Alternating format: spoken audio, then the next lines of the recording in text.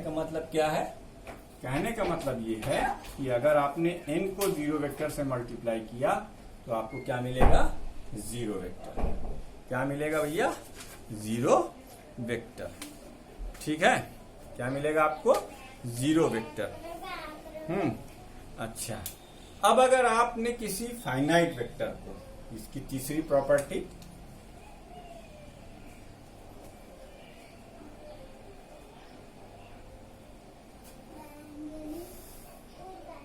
इसकी आप वीडियो को पॉज करके इसे नोट कर लीजिए। तो इसकी तीसरी प्रॉपर्टी हम इतना ही मिटाएंगे ताकि एक जगह से मिसप्लेस में होने पाए। तीसरी प्रॉपर्टी देखिए, तीसरी प्रॉपर्टी है कि the multiplication of a finite vector with zero, the multiplication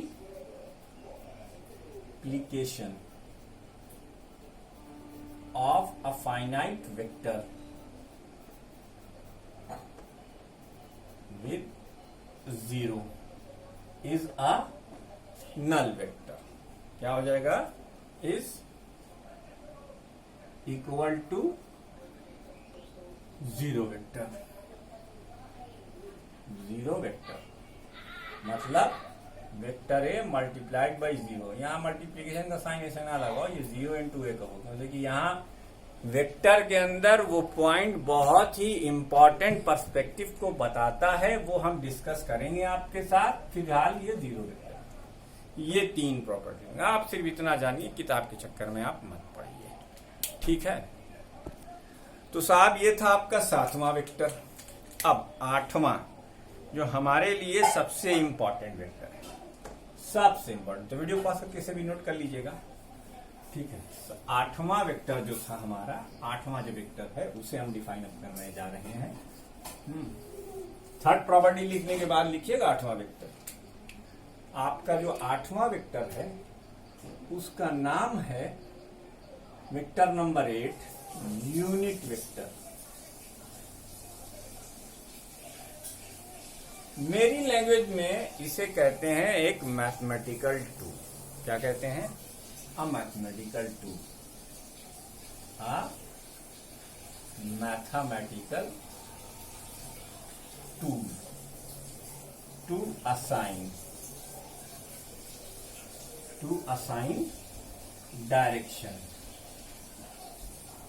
to any physical quantity,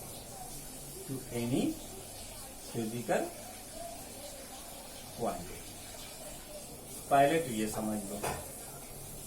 अब देखो, अभी जब हमने इस चैप्टर की शुरुआत की तो हमने तुमसे कहा कि एक फिजिकल क्वांटिटी स्केलर होती है अगर वो सिर्फ मैग्नीट्यूड से डिस्क्राइब किया। फिर उसके एग्जांपल में हमने एरिया भी लिखा भी, एरिया एक स्केलर क्वांटिटी। देखते जाना। अब इस प्लेन में हमने ये गोल एरिया लिया है, प्लेन का मतलब परपेंडिकुलर टू द प्लेन लिया है। इसके ऊपर एक हम झंडा लगा दें, इसका नाम हम रखेंगे यूनिट नॉर्मल। क्या रखेंगे? Unit normal. अब इसकी मिसाल ठीक ऐसे ही समझ लो कि जैसे किसी गांव में बहुत सारे लोगों का खेत है। अल्लाह ने आपको भी बख्शा है, आपका भी एक अपना खेत है, ठीक है? वो बहुत सारे खेतों के बीच में कहीं है, तो आप एक दूर से देखकर आदमी कैसे पता करेगा कि वो आपका खेत है? तो आपको कुछ करना नहीं है उसके लिए आपको क्या करना है? खेत एक एरिया है, याद रखिएगा। खेत के ऊपर, खेत के किसी भी पॉइंट पर आप एक पोल ऐसे गाड़ दीजिए, गाड़ कर अपना नाम लिख दीजिए उस पोल पर। अब जब जिस बंदे को वो खेत ढूंढना होगा वो जाएगा और जाके वहां देख लेगा। अगर आपका जहां पे आपका नाम लिखा है वो आपका एरिया होगा। एक बात बताओ, पोल कितना आपके एरिया को डिस्टर्ब कर देगा? इसी तरीके से यूनिट नॉर्मल, तो ये एरिया वेक्टर डिफाइन हो गया। तो एरिया वेक्टर, इसे आप क्या कहेंगे? इसे आप कहेंगे वेक्टर ए। लेकिन कब? जब आप डायरेक्शन का मल्टीप्लीकेशन ए के साथ करेंगे। ये यूनिट वेक्टर है। ये क्या है? Unit vector. वेयर, इसे क्या पढ़ते हैं? Unit vector. And it is always perpendicular to the surface. जिस सरफेस के लिए आप ये डिफाइन कर रहे हैं वो हमेशा उस सरफेस के परपेंडिकुलर हो। एक तो ये तरीका हुआ समझने का यूनिट वेक्टर को। एक और तरीका देखो, हाँ, the vector in the direction of given vector, in the direction of given vector,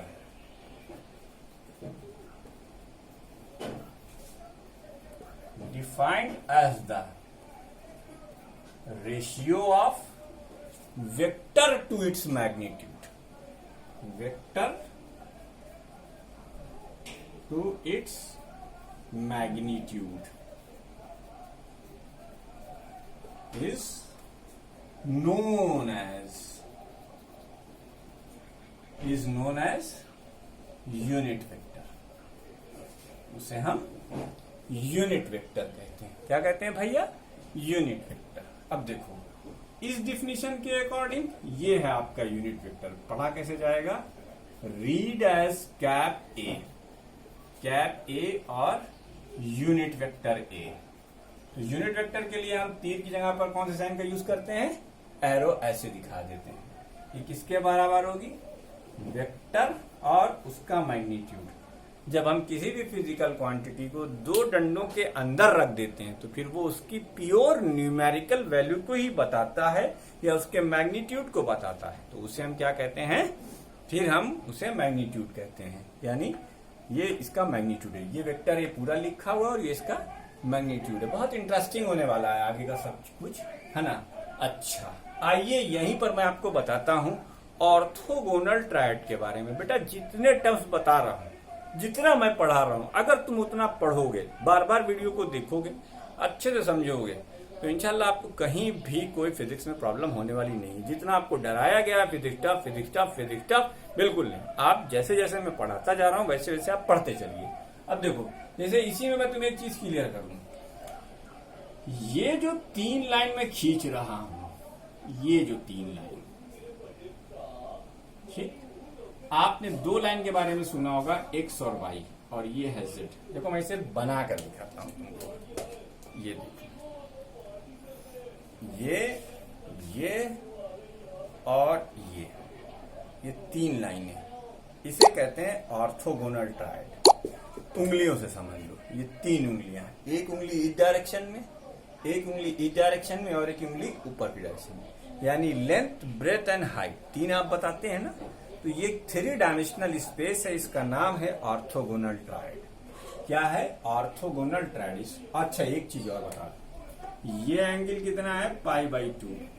लेकिन ये एंगल आपको π/2 दिख नहीं रहा है, लेकिन फिर भी ये कितना है? π/2। और ये एंगल भी कितना है? π/2। तो अब ये क्या है? Orthogonal triad. तो एक्स एक्सिस की डायरेक्शन में हमारा यूनिट वेक्टर आई पहले से डिफाइन है, वाई एक्सिस की डायरेक्शन में हमारा यूनिट वेक्टर जे पहले से डिफाइन है, और के जेड एक्सिस की डायरेक्शन में हमारा वेक्टर के पहले से डिफाइन है। आई जे के, आई का